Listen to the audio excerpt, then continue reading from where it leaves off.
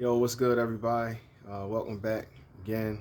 This little build series or whatever that I got going on with this lovely, lovely car known as a GTR.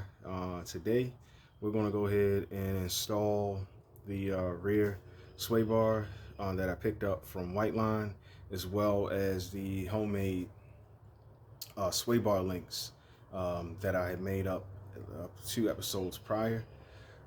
So just bear with me. We're gonna go ahead and get this thing rocked out. I kind of got the car up in the air already, both sides, and I already got the sway bar kind of hanging from the last time that I actually was up under here doing work. As you can see, I got it supported. Um, yep, and I said today's mission is to go ahead and install these guys right there in conjunction with this guy. And if you guys are just curious on the part number for the rear bar for R32s, there it is. That's the part number for the Whiteline. So yeah, I'm gonna go ahead, get the camera in place, get things set up.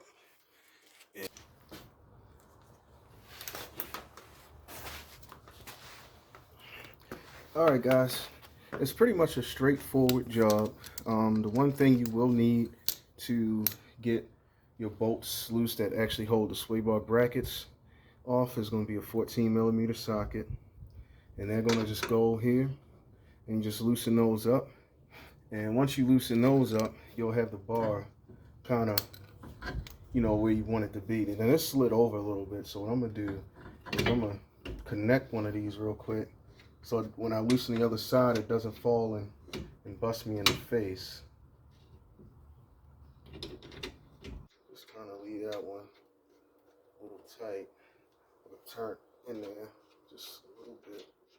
And then what you can do is just take the other one down, and it just pivots and stays there. And just repeat that process to the other side.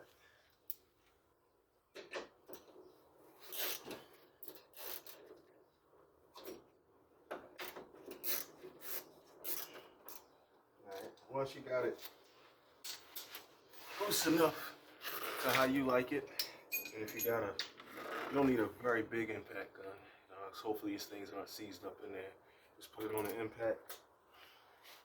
Rest these things on down. One thing the factory did was slot these brackets, and I'll show it to you once I get it all down, so you can see what we're working with.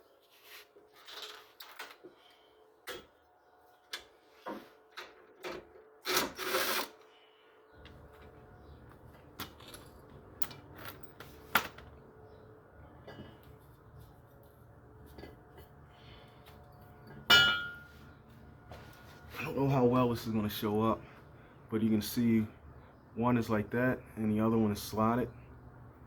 So it pretty much sits in there like this, and once you get the one side loose, you can slide it and drop it down. And the other side I just left in there so I could, handle it safely and drop it out of there. So Nissan actually did a pretty good job on that. What I'm going to do real quick, off camera, I'm not going to do it on camera, is go ahead, clean these up, and then I'm going to jump back and kind of walk through some of the other important steps that you want to do when putting this bar up. Alright guys, I'm back. Just want to show you real quick the difference between the sway bars here. Turn the camera. So of course the black one is the old factory one. The silver one is the Whiteline bar. The actual thickness of the two look pretty similar, identical. These didn't look that much bigger. The main difference is, like I was saying in the previous video, is that these are solid where this is hollow. Then the other difference here is going to be on your ends, where you got these two holes, and the factory one doesn't. It just has that. So what that means is that this one is adjustable, where the factory one isn't. And like I said, it's hollow. And then the bends themselves are actually like a little bit more tighter as far as like the radius and all goes. So that's going to make it a little bit stiffer as well. Actually, this angle may be a good shot to show you. Like I said, this one is a little bit thicker, but not by much. So that's the difference between there, and then the other difference is up here. And like I said, in your bends, all the way around the bar, actually, it's tighter. So this is the factory one, and that one is the Whiteline one. You can see the bend is different. So that's all in suspension tuning. And what you're left with, once you're done, get up under the car and I'll show you. So pretty much that's what you're left with. And these here, this one and this one, you can see it still. It's where it mounted, and it's the same thing on the both sides. I know this looks terrible. So eventually, I'm gonna do a refurb on my my subframe. Right now, I'm not really worrying about it. It's not the worst. Car doesn't see really rain or salt or anything like that. Anyways, but yeah, eventually, I'm gonna go ahead and get this redone, repowder coated. Cause from the factory, I just like got this black zinc coating and not powder coating. So I'm gonna get it powder coated. Probably get it. What I wind up doing is getting it black zinced and powder coated, and then that should be like outlast me. The other thing too, when I get under the car so you can see it. Here, this is your lower control arm, and that's where that sway bar link is going to mount. So once I get it all set in place, I'll get back under the car and I'll kind of show you guys all that's going on. The other thing is, I don't know if it's not even a sticker, but it's fancy Nismo. I don't know what the factory ones look like, because I never actually had a factory setup on this car. When I got it, it already had Nismo stuff. So I don't know if it's just the bushings that was different, or what makes it so special being Nismo. That's my Hikus lockout bar from GK Tech. And then I got the eccentric bolts up top here, because these cars have eccentric bolts for your camber adjustment from the factory. And then you can see I got this adjustable arm and camber arm, and this is the Fortunato rear coilover right there. So like I said, I'm going to go ahead and get set up again, put the bar up in there, and then I'll get under the car and kind of show you guys what it should look like. Another thing before I pause the video that I want to show you that's just as important is these here. So these are the new, they're polyurethane. They come with the Whiteline kit. They fit in here, of course, into your brackets. But the other important thing that I want to show you when you're doing this with any type of bushing work, it's always about lubrication. So you want to lube this up there and here as well. That way, just when the suspension is moving, this is going to cut down on noise and friction. So it's just as important to go ahead and put that stuff on there and go from there. But like I said, what I'm going to do now is go ahead, finish getting set up. And then once I'm done, I'll set back up so you guys can see me putting it back up in the car and stuff like that, so you kind of get an idea of the job. So hold tight.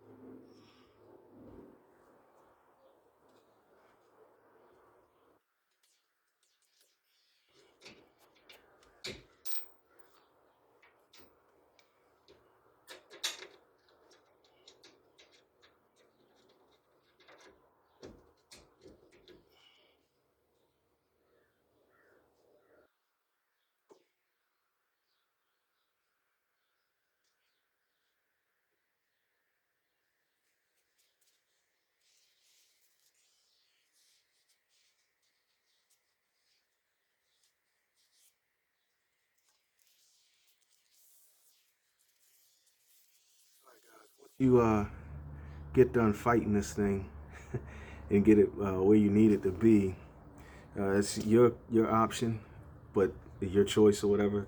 But I'm going to use it. Trust the anti-seize on the bolts. That just means when I do got to take it back apart, it won't be seized up in there. You won't run the risk of breaking any bolts off in the subframe.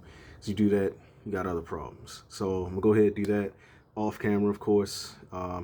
Once I'm done, I'll show you guys underneath the car what it looks like, and then start playing around with these sway bar links that I put together. So just hold tight. All right, guys, I got the sway bar back up in there, and all my bolts now with anti-seize on there. To kind of show you what we got going on. So this is it. Once it's installed, get underneath this thing properly, guys. What you got? So you gotta kind of pay attention on the orientation that you put it in under your car as well. Just know that hump here, that bend, it's got to be on the left hand side where the exhaust is, because this actually has got to clear what? It's got to clear your exhaust system. And then what'll wind up happening as well, as you can see, this will actually be pointing to the rear of the car on both sides. And your sway bar link, if you decide to use this or whatever, the one I even showed you guys how to make up, those are going to go in, of course, over here. Now I know this is off, but you may not be able to notice that. So you kind of got to center that in here the best you can. And then the other thing you got to pay attention to is this right here, because that can't be tilted. You see it like that. It can't be tilted or anything. It's gotta pretty much be at the right angle, sitting in there, so it doesn't interfere with your drop shaft and yoke and all of that stuff on the rear end of the car. So I'm gonna go ahead now and get my sway bar links set and get the correct distance and all of that stuff. Yeah, I know it looks bad, doesn't it? But eventually, like I said, I'm gonna be getting that subframe redone sometime down the road. I do want to enjoy this car to a certain degree. This isn't leaking. This is the Raptor liner that I sprayed under the car, if you guys want to know what that looked like. So, yep. So I'm going to go ahead and get that done. And once I'm done, I'll pick back up and show you guys exactly, exactly what, what the end product looks like. All right. All right, guys. So I'm all done. Let me show you what's going on here. So this is it fully installed.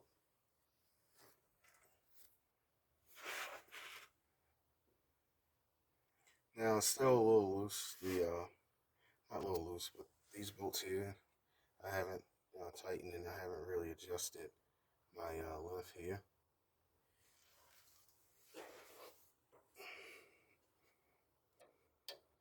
You can see they're not binding, but I gotta put load on the suspension, and I can tighten everything down and set my height adjustment. So pretty much that is going to be it for this video.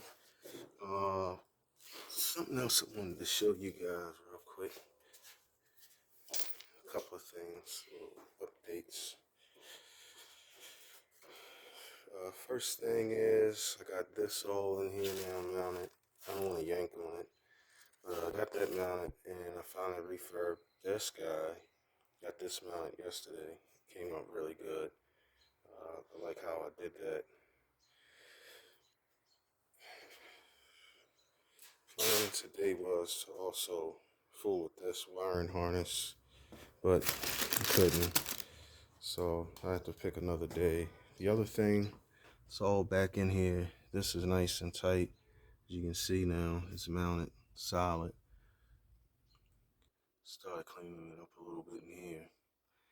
A lot to go, a lot to do. Something else I wanted to show y'all that I'm proud of. I got my zinc bolts back. Stuff has been re-zinced. I found some more stuff that I'm actually going to take and get zinced as well. But yeah, this bolt too, that's all zinced, brand new.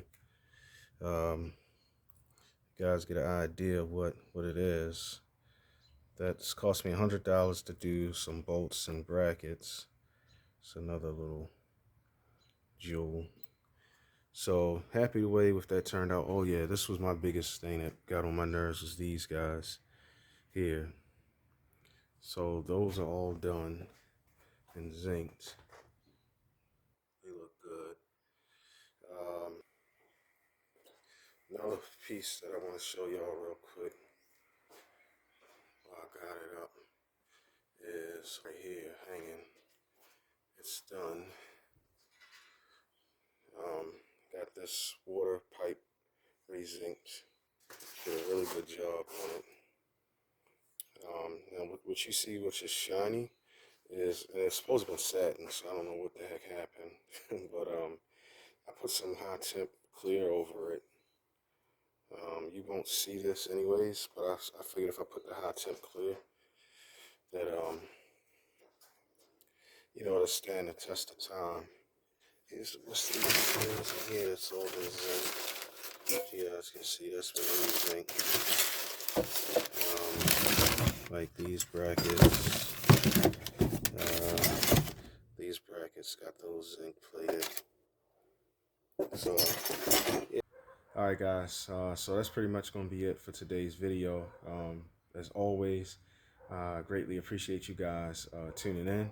Just want to tell you guys, stay up, stay blessed, and I love you guys. Next time, like I said, I'll be back with some more content. Until then, peace.